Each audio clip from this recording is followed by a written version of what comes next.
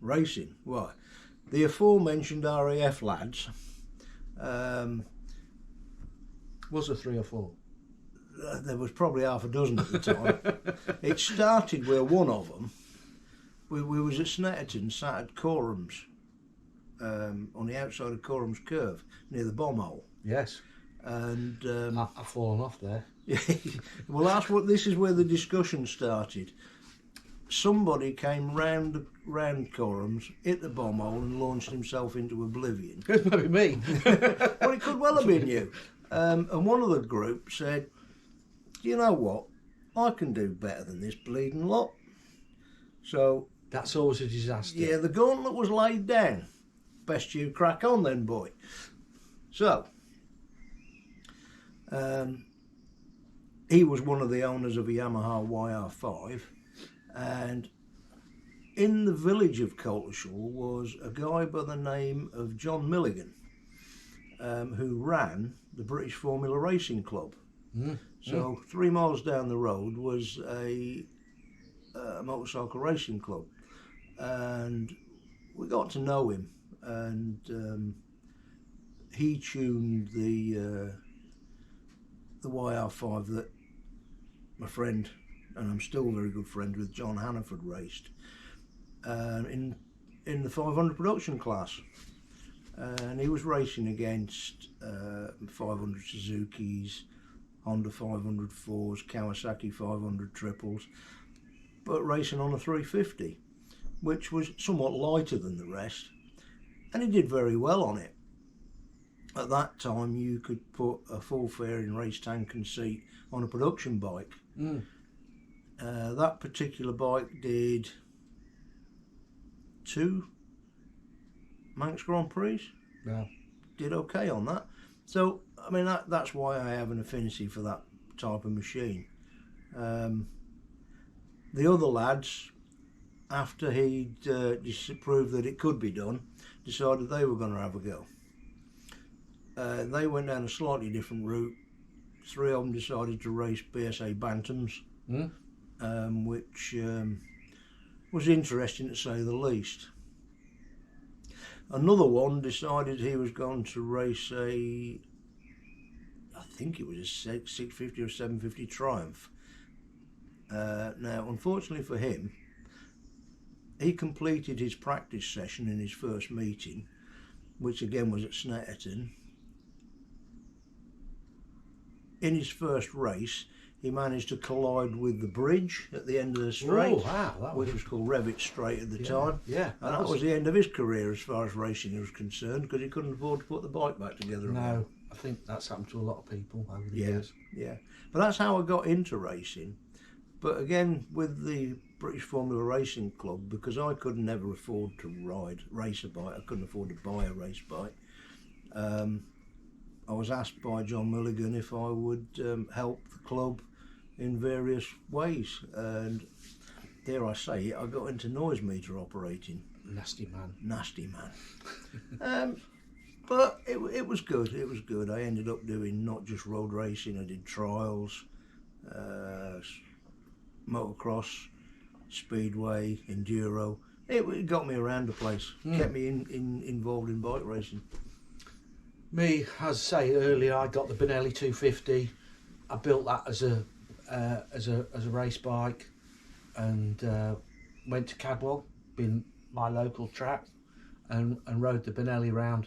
Do you know, my first memories of Cadwell was a March meeting, waking up in the back of the van, frozen, wiping the windows down and seeing snow. Yes, yeah, I've been there a few times on that.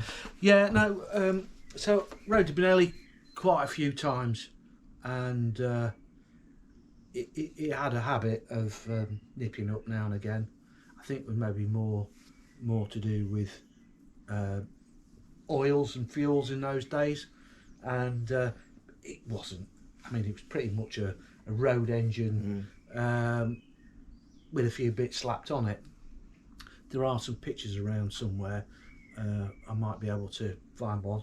And rode that for quite a bit, maybe a season. Was doing okay, and then I'd got some help from a sponsor, Robert Teal Limited, out in Newark, and Bill decided that it would be an idea if I didn't mind going to a race school to see whether, you know, I could ride a bike properly or whatever. So we went to Oulton Park.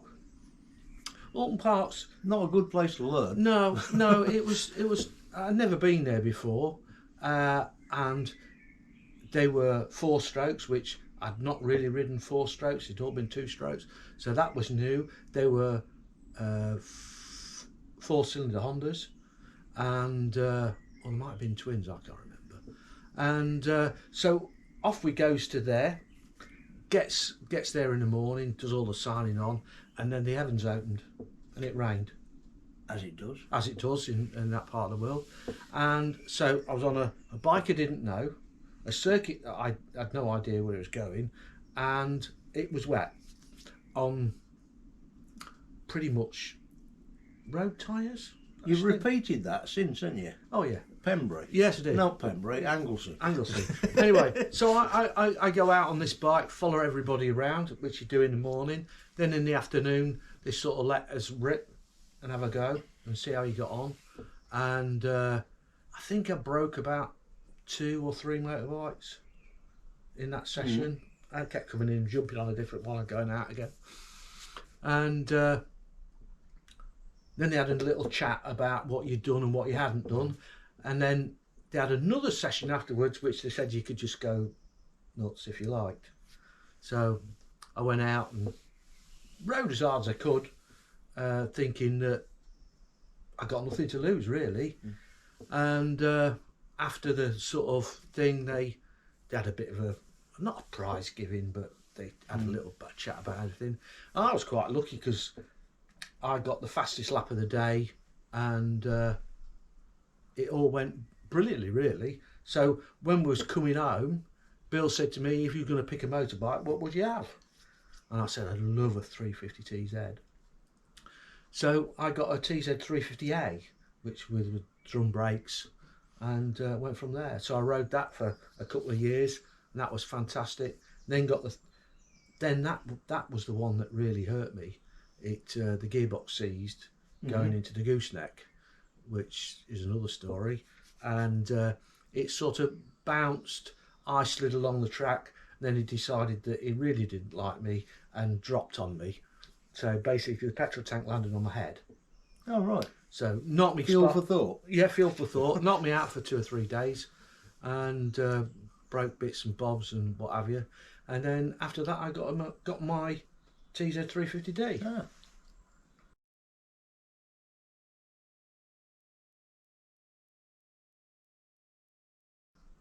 Now that's difficult. Depends where you start. I mean, we start at the very beginning. My earliest memories were not in road racing.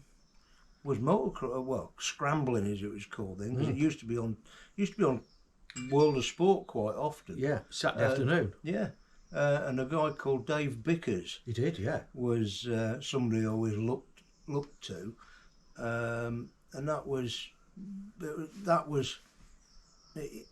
his riding held me captive, because it was how anybody stayed on a, well, I suppose it was a factory BSA at the time. It would be something like that.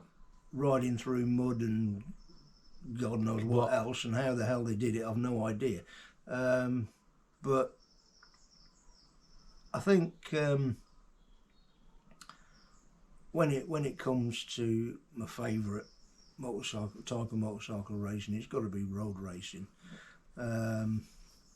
I think everybody has a soft spot for Barry Sheen. Absolutely. But the people in his era, or slightly before, Phil Reed, Agostini, all those talk. But there was Lincolnshire is a hotbed of big names in motorcycle racing. Chatterton. Yeah, Derek Chatterton. There's Neil Tuxworth and a lot Roger Marshall. lots and lots of people. who I like to watch. But I think if it came down to somebody that I admire for being an innovative rider, somebody that came to Europe and took the world by storm by being different, it's got to be Kenny Roberts. Got to be Kenny Roberts. Yeah. Me. This is a difficult one for me because I've worked with a lot of riders. Yeah. And as a mechanic, and I've watched a lot of riders. This is not controversial at all because we were kicking around in 84, 85 at GPs and European Championships, and there was this bloke, another American. Yeah. Fast Freddie Spencer. Just awesome. Absolutely unbelievable. Watched him go around a circuit, lap after lap after lap, and he's just inch perfect. He was just so good as a rider. Seemed to ride anything. Obviously won the 250 and the 500 championships in the same year. Last person ever to do it. I don't think even Kenny Roberts would have done that. He wasn't daft enough to do that. But Kenny did ride a 250. He did, and very, very quick. But he never tried it in the same year. No. Personal level, riders that I've worked for over the years, there's only really one, and it was just such a naturally talented rider. Not fussy. He never sort of like, oh, this is doing that or that's doing that. He just got on and rode it. And that's 1984 European 250 champion, Gary Noel. Do you think that Gary was never given the opportunity to go World Championship racing? Well, he did go World Championship racing, but it was same old story. He was British. If he'd been French, he'd have been picked up by the big teams like Snetterton and Cadwell or wherever. Because he was British, he got no out. Well, it was his real shame, really, because there should have been more money put into people like Gary. There was a lot of British lads around that time that were really, really good and could have done with a lot more help.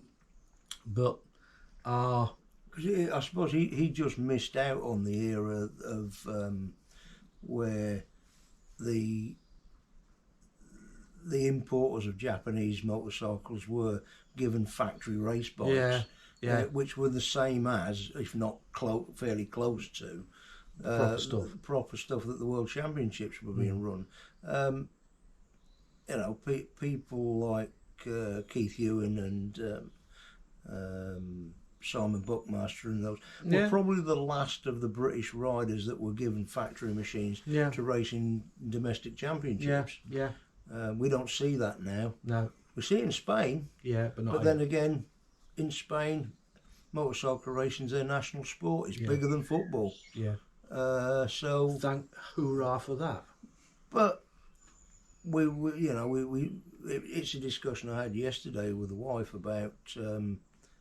Not yesterday, Sunday, about why there are so many Spaniards in winning world championships. Because they're all out playing around at a very early age. Lots of little tracks. The sun shines all the time. Yeah. It's a national pastime. They're not very good in the wet, but no, mate, they are. They've flooded the market. Yeah. That's where they all come from. Yeah. Your Pedro Acostas and all that, they're just something else. They're clever. They're good. When we talked about local Lincolnshire lads, we've got two. You've got two brilliant ones. Yeah. Yeah, Lowes. The Lowes twins. The Lowes twins, yeah. Yeah. And the Neve boys. Yeah. Yeah. So, there's a lot. There's a lot. Both the Lowes boys. One's a world champion. The other one should have been. But, hey ho. Paul Tinker. Captain Mark Phillips. Yeah. The Barker boys. Yeah. Kim and Paul Barker. And of course, Rob Frost. Rob Mack.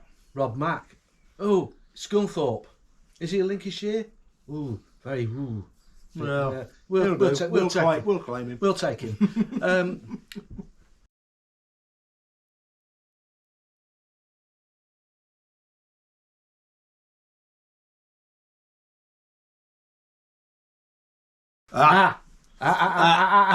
Thermostat testing device. You're a kettle. He's Yeah. talking about the bloody kettle. Yeah, we won't go far without a kettle. No. No, that's definitely right. You can do so much with a kettle. Make tea. Make tea, yeah. You could, if you was really sort of weird, you could make coffee. Oh yeah. Yeah. Yeah. No. What? What? What? You could even try a nice herbal tea. That's not tea. Didn't really. It's an infusion. Yeah. Yeah. But- Who left the phone on? I don't know. But me. I think the one tool that we couldn't do without in here is his hydraulic workbench. Yeah, and the only reason for that is we're too frigging old to crawl on the floor. And it's somewhere to put your tea. It's nearly all gone. Mine has gone. Yeah. But the good news is We have some biscuits. we always have biscuits. Go on. Anything else? No, he's got a gob full of biscuits. You silly idiot.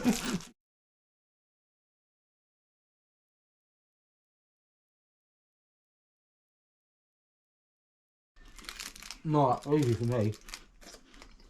You can go first. Right. Waking up after a big crash. I know I keep going back to these lads at Coleshill, but between us, we acquired, and I've got no idea how. I'm not even sure I got anything to do with it, but there was this thing that they acquired. It was called a Jawa 90. Oh yeah. It was an enduro style thing, 90cc 2-stroke. It was an absolute pain in the backside. It was about as reliable as my Mobile X Supermatic. Oh. And it would break down at every opportunity given. But when you wanted a bit of fun in the hills and holes in off-road and things like that, it was fun. Anyway, one day, Les Miller, or Sammy as we called him, took it off to Wroxham to do something or other. Anyway, a few hours later I was sat in the bowling alley minding my own business, and he turns up and he says, "Steve, can you come and give me a hand, take me back to Wroxham, because the Jawa won't start and I need rescuing." So again, on my little trusty Honda SS125, went off to Wroxham with Sammy on the back with a bit of rope. I was going to tow it back. No wrong with that. No. Right.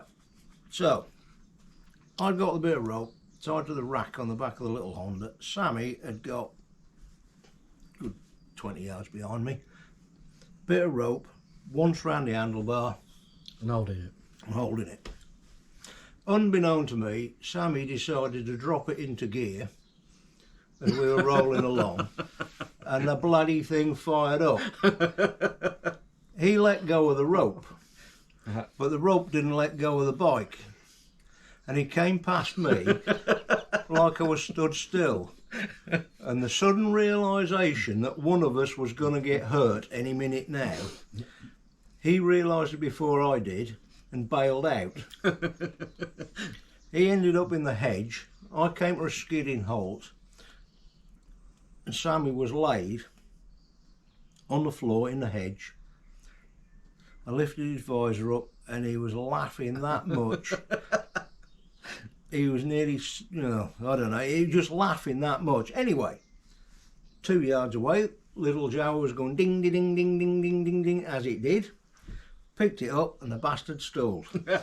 Would it go again? No. Would it hell? Anyway, that was quite an amusing day, that was. best biking moment for me, there's two. When I was working with Gary, we went to our first meeting working together was Austria to Salzburg, which is as you know, at the time it was a really fast track, and he went and won it. He won the first. I think he was the first Briton to win a 250 European Championship outside of England. Yeah. So we went there and he won the race. And anybody that's ever been to Salzburg, to the ring there, the pits is down at the pits is up the top of the hill, and the track's down the bottom. So to push, you had to push the bikes up back into the Parc Fermé. Well, I'd done it a couple of times before in practice and what have you, and by the time we got to top of the hill, I was nearly dead, dying, because it was a good push up that hill. And when he won that Euro round, I could have tucked it underneath my arm and walked up there. Yeah, it was that good. And then for me, a moment it was the last round European Championship at Assen, and we were in the pit garage, and the team that was a guy called Philippe Pagano, a French guy, and he worked for Sun Auto Galois, and Christian Saron had just won the 250 world title in '84, and they turned up with his bikes and all his mechanics for Pagano to race against Gary. And this guy came round, which later found out was Guy Coulon, who's still involved with bike racing. Tech 3. Tech 3, yeah. And he walked into the garage and he spoke to Guy and said, he shook Guy's hand and sort of said, good luck, hope everything goes all right. When he'd gone, Guy said, if it's coming down to a fight, boys, they can have it, because he's built like a brick. What's name? We were going to lose if it was down to a fight. Right. Well, I think we've had a bit of a discussion. Yeah. Here, We'll sign off. If you want to put any comments, put in the comments below. Don't forget to like and subscribe. And if you want to know anything else, don't forget to hit the bell. Ring the old bell. Yeah. If you want to ask any more questions, put it in the comments below. We'll be back next week. So we'll see you then. And hope you're all well. And bye. Bye.